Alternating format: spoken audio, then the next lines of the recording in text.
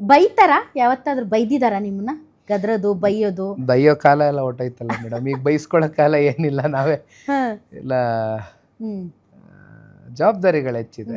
ಜವಾಬ್ದಾರಿಯುತವಾಗಿ ನಡ್ಕೊಳ್ಬೇಕಾದ್ರೆ ಈಗೇನಿಲ್ಲ. But of course college ಟೈಮಲ್ಲಿ, school ಡೇಸಲ್ಲಿ ತರಲೆಗಳು ಮಾಡಿದಾಗ ಬೈಸ್ಕೊಂಡಿದ್ದು, ತಿದ್ದು ಬುದ್ಧಿ ಹೇಳಿದ್ದೆಲ್ಲ ಉದಾಹರಣೆಗಳು ಉಂಟು. ಬಟ್ ಅದೇ ಹೀಗೆ ದೇವೇಗೌಡ್ರು ಅಂದ್ರೆ ನೀವು ಒಂದು ವಾರಕ್ಕೆ ಒಂದ್ಸರಿ ಆದ್ರೂ ಹೋಗಿ ಭೇಟಿ ಆಗ್ತೀರಾ ದೇವೇಗೌಡ್ರನ್ನ? ಹೇಗೆ? ದೇವೇಗೌಡರು ಕಾಣ್ತಾ ಇರ್ತೀನಿ ಮೇಡಮ್. ಅದೇ ಇತ್ತೀಚೆಗೆ ಸ್ವಲ್ಪ ಸಣ್ಣ ಪುಟ್ಟ ವಯಸ್ಸಿನ ಕಾರಣದಿಂದ ಆರೋಗ್ಯದಲ್ಲಿ ಸಣ್ಣ ಪುಟ್ಟ ಏರುಪೇರುಗಳಿದೆ. ಅಂದರೆ ಯಾವತ್ತೂ ಇಲ್ಲದೆ ಡಯಾಲಿಸಿಸ್ ಆಗ್ತಾ ಇದೆ, ಕಿಡ್ನಿ ಡಯಾಲಿಸಿಸ್.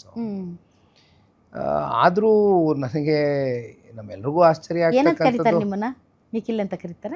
ಹೌದು, ಅಷ್ಟೇ, ಮಗನೇ ಅಂತಾರೆ.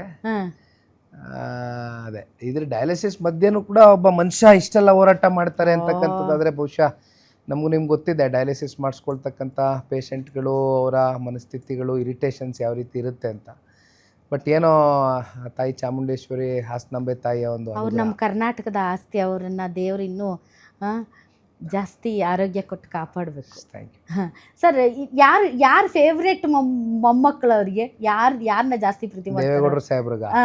ಅದು ನನಗೆ ಗೊತ್ತಿಲ್ಲ ಮೇಡಮ್, ನೀವು ಅವ್ರಿಗೆ ಕೇಳಬೇಕಲ್ಲ. ನನಗೆ ಕ್ಯೂರಿಯಾಸಿಟಿ ನಿಮ್ಮ ಬಾಯಿಂದ ಕೇಳಬೇಕು ಅಂತ. ಇಲ್ಲ, ನಾನೇನು ಮೊದಲನೇ ಸ್ಥಾನದಲ್ಲೇನಿರಲಿಲ್ಲ. ಹಿಂಗೂ ಉತ್ತರ ಕೊಡ್ಬೋದು. All right, okay, yes. ನಿಮಗೆ ಕಾಂಗ್ರೆಸ್ ಪಾರ್ಟಿಯಲ್ಲಿ ಇಷ್ಟಪಡೋ ನಾಯಕ ಯಾರು ಸರ್? ಐ ಮೀನ್, ಬೇರೆ ಪಕ್ಷ ಅಂತ ವಿರೋಧ ಪಡಿಸ್ಬೇಕು ಅಂತ ಏನಿಲ್ಲ, ಅದರ್ವೈಸ್ ಆಲ್ಸೋ. ಈಗ ಉದಾಹರಣೆಗೆ, ಈಗ ಮಿನಿಸ್ಟರ್ಸಲ್ಲಿ ನಿಮ್ಗೆ ಅನ್ಸಿದ ಮಟ್ಟಿಗೆ ತುಂಬ ಚೆನ್ನಾಗಿ ವರ್ಕ್ ಮಾಡ್ತಾ ಇದ್ದಾರೆ ಅನ್ನೋ ಥರದಲ್ಲಿ ಯಾರನ್ನ ತಾವು ಇದ್ದಿದ್ರಲ್ಲಿ ಬೆಟರ್? ಈಗ ಏನಾಗುತ್ತೆ ಮೇಡಮ್, ಒಂದು ತಾವು ಹೇಳ್ದಂಗೆ ರಾಜಕೀಯವಾಗಿ ಒಂದಷ್ಟು ವಿಚಾರಗಳನ್ನ ನಾವು ವಿರೋಧಿಸ್ಬೋದು ಹೊರತುಪಡಿಸಿ, ವೈಯಕ್ತಿಕವಾಗಿ ಇಲ್ಲಿ ವಿರೋಧ ಮಾಡ್ಕೊಳ್ತಕ್ಕಂಥ ಸನ್ನಿವೇಶಗಳಾಗಲಿ ಪರಿಸ್ಥಿತಿಗಳಾಗಲಿ ನಿರ್ಮಾಣ ಮಾಡ್ಕೊಳ್ಬಾರ್ದು. I am very clear at it. ಪರ್ಸ್ನಲ್ಲಾಗಿ ಯಾರನ್ನೂ ಕೂಡ ಹೇಟ್ರೆಡ್ನೆಸ್ ಪಾಯಿಂಟ್ಗೆ ಹೋಗಬಾರ್ದು. ಬಟ್ ಅದ್ರ ಮಧ್ಯದಲ್ಲಿ ಭಾಳ ಜನ ಇದ್ದಾರೆ. ಐ ಮೀನ್, ಯಾರೋ ಒಬ್ಬರಿಬ್ಬರನ್ನ ಪಿಕ್ ಮಾಡಿ ಹೇಳ್ತಕ್ಕಂಥದ್ದು. ಒಂದು ಹೆಸರು ಹೇಳಿ ಸರ್, ನನಗೆ ಕೆಟ್ಟ ಕ್ಯೂರಿಯಾಸಿಟಿ ಇದೆ. ನನಗೇನೋ ಒಬ್ಬರಿಬ್ಬರು ಹೆಸರು ಹೇಳೋದು ಸೂಕ್ತ ಕಾಣೋದಿಲ್ಲ. ಏನು ಸರ್, ಅಪ್ರಿಷಿಯೇಟ್ ಮಾಡೋದಕ್ಕೆ ಒಳ್ಳೆ ಹೃದಯ ಇರಬೇಕಷ್ಟೇ. ಇರೋದ್ರಲ್ಲಿ ಬಹುಶಃ ನನ್ನ ಅನಿಸಿಕೆ ಕೃಷ್ಣ ಬೈರೇಗೌಡರು ಸ್ವಲ್ಪ ರೆವಿನ್ಯೂ ವಿಚಾರವಾಗಿ ಒಂದಷ್ಟು ಸ್ಟೆಪ್ಗಳನ್ನ ಚೆನ್ನಾಗಿ ಇಡ್ತಾ ಇದ್ದಾರೆ ಅಂತಕ್ಕಂಥದ್ದು ಅನಿಸಿದೆ. ಅದು ಜನಕ್ಕೂ ಅನಿಸಿದೆ. ಅದೇ ನೋಡಬೇಕು ಎಲ್ಲಿಗೆ ಹೋಗ್ಬಿಟ್ಟೆ. ಮೋದಿ ಅವ್ರ ಬಗ್ಗೆ ಏನು ಹೇಳ್ತೀರಿ ಸರ್?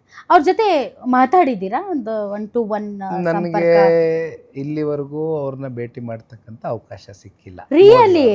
ಓ ಮೈ ಗಾಡ್, ನಾನು ಅನ್ಕೊಂಡೆ ಕುಮಾರಸ್ವಾಮಿ ಅವ್ರು ಇರೋದ್ರಿಂದ ನೀವು ಡೆಲ್ಲಿಗೆ ಹೋದಾಗೆಲ್ಲ ಒಂದು ರೌಂಡ್ ಹೋಗಿ ಅಲ್ಲಿ ಅವ್ರನ್ನ ನೋಡಿ ಬರ್ತೀರೇನೋ ಅಂತ ನಾನು. ಮೇಡಮ್, ನಾನು ನಮ್ಮ ತಂದೆಯವರು ಮುಖ್ಯಮಂತ್ರಿ ಆಗಿದ್ದಾಗಲೂ ಹೆಚ್ಚಾಗಿ ಕಾಣಿಸ್ಕೊಂಡಿಲ್ಲ. ಅಂದರೆ ತಂದೆಯವರ ಆಡಳಿತದಲ್ಲಿ ನನ್ನ ಹಸ್ತಕ್ಷೇಪ ಯಾವತ್ತೂ ಇರಲಿಲ್ಲ.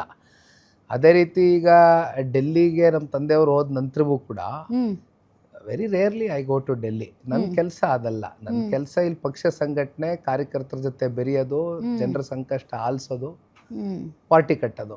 ಹಾಗಾಗಿ ನಾನು ಭಾಳ ಕಮ್ಮಿ ಅಲ್ಲಿ ಹೋಗ್ತಕ್ಕಂಥ. ತಾವು ಹೇಳ್ದಂಗೆ ದೇಶದ ಗೌರವಾನ್ವಿತ ಪ್ರಧಾನಮಂತ್ರಿಗಳನ್ನ ಭೇಟಿ ಮಾಡ್ತಕ್ಕಂಥ ಸಮಯ ಕೇಳಿದ್ರೆ ಬಹುಶಃ ಕೊಡ್ತಾರೆ. ಅದೇ ಮುಂದೊಂದು ದಿನ ಯಾವತ್ತಾದರೂ ಅವ್ರನ್ನ ಭೇಟಿ ಮಾಡ್ತೀನಿ. ನಿಮ್ಮ ಮಗನಿಗೆ ಎಷ್ಟು ವರ್ಷ ಸರ್ ಈಗ? ಮಗನಿಗೆ ಸೆಪ್ಟೆಂಬರ್ ಆದರೆ 5 ತುಂಬುತ್ತೆ ಮೇಡಮ್. 5 ತುಂಬುತ್ತೆ. ಸೊ ಟಿವಿ ನೋಡ್ತಾರಾ ಇದೆಲ್ಲ? ಐ ಮೀನ್ ನೋಡ್ತಾರೆ, ಎಲ್ಲ ಫೋನೇ ನೋಡ್ತಾರಲ್ಲ ಮೇಡಮ್. ಇವತ್ತಿನ ಕಾಲದ ಹುಡುಗರು ಟಿವಿಯಲ್ಲಿ ಐಪ್ಯಾಡು ಫೋನ್ನಲ್ಲೇ ಕೂತ್ಬಿಡ್ತಾರಲ್ಲ.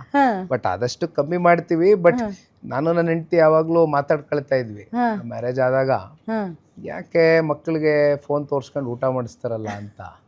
ಬಟ್ ಮಗು ಹುಟ್ಟಿದ ಮೇಲೆ ಗೊತ್ತಾಯ್ತು, ಇದು ಫೋನ್ ತೋರಿಸ್ಲೇಬೇಕು, ಬೇರೆ ದಾರಿ ಇಲ್ಲ, ಇಲ್ಲಾರು ಹೊಟ್ಟೆ ಒಳಗಡೆ ಊಟ ಹೋಗಲ್ಲ ಅಂತ. ಹಂಗಾಗಿ ನೋಡ್ತಾನೆ, ಹಿ ಅಬ್ಸರ್ವ್ಸ್ ಎ ಲಾಟ್. ನಮ್ಮ ಪಾರ್ಟಿ ಕಾರ್ಯಕ್ರಮ ಇದೆಲ್ಲ ನೋಡ್ತಾನೆ. ಅವ್ರ ತಾತನ ಅವ್ರನ್ನೆಲ್ಲ ಕಂಡು ಹಿಡಿತಾರ. ಡೆಫಿನೆಟ್ಲಿ. ಈಗಿನ ಕಾಲದ ಜನರೇಷನ್ ಎಲ್ಲ ಸ್ಪೀಡ್ ಇದಾರಲ್ಲ ಮೇಡಮ್, ತುಂಬ ಶಾರ್ಪ್ ಇದ್ದಾರೆ. ಈ ವಾಚಸ್ JDS ಅದು ಇದು ಅಂತ ಎಲ್ಲ ಅನ್ನಕ್ಕೆ ಶುರು ಮಾಡ್ತಾನೆ, ನೋಡ್ತಾ ಇರ್ತಾನೆ. All right, thank you very much Nikhil Kumaraswamy ಅವರು. ಇಷ್ಟೊತ್ತು ಗ್ಯಾರಂಟಿ ನ್ಯೂಸ್ ಜೊತೆ ಮಾತಾಡಿದ್ರಿ. Thanks a lot. ತಮ್ಮ ಒಂದು ಏನು ದೂರದೃಷ್ಟಿ ಇದೆ ಈ ಕರ್ನಾಟಕ ರಾಜ್ಯದ ಬಗ್ಗೆ ಮತ್ತು ರಾಜಕೀಯದ ಬಗ್ಗೆ, ಅದೆಲ್ಲ ನಿಮ್ಮ ಕನಸುಗಳೆಲ್ಲ ನನಸಾಗಲಿ. ಮತ್ತು ಡೆಫಿನೆಟ್ಲಿ ನೀವು ಒಂದು ಮಾತು ನನಗೆ ಈ ಇಡೀ ಇಂಟರ್ವ್ಯೂವಲ್ಲಿ ಇಷ್ಟ ಆಗಿದ್ದು ಏನಂದರೆ, ಈ ಪ್ರಜಾಪ್ರಭುತ್ವ ವ್ಯವಸ್ಥೆಯಲ್ಲಿ ಮತದಾರನಿಗೆ ಗೊತ್ತು ಯಾವಾಗ ಗೆಲ್ಲಿಸಬೇಕು ಯಾವಾಗ ಸೋಲಿಸಬೇಕು ಅಂತ. ಆ ಸೋಲನ್ನು ಈ ಪ್ರಜಾಪ್ರಭುತ್ವ ವ್ಯವಸ್ಥೆಯಲ್ಲಿ ವಿನಮ್ರತೆಯಿಂದ ಸ್ವೀಕರಿಸೋದು ಮತ್ತು ಜನ ಕೊಡುವ ಗೆಲುವಿಗಾಗಿ ಹೋರಾಟ ಮಾಡೋದಿದೆಯಲ್ಲ ಸರ್, ಅದು ಉತ್ತಮ ನಾಯಕನ ಲಕ್ಷಣ. ಅದನ್ನು ನಿಮ್ಮಲ್ಲಿ ನಾನು ಇವತ್ತು ನೋಡಿದ್ದೀನಿ. ಸೊ ನನಗೆ ತುಂಬ ಖುಷಿ ಆಯಿತು. Thank you very much. ನೋಡಿದ್ರಲ್ಲ ವೀಕ್ಷಕರೇ, ಇದು ನಿಖಿಲ್ ಕುಮಾರಸ್ವಾಮಿ ಅವರ ಸಂದರ್ಶನ. ಗ್ಯಾರಂಟಿ ನ್ಯೂಸ್, ಸುದ್ದಿ ಖಚಿತ, ನ್ಯಾಯ ನಿಶ್ಚಿತ.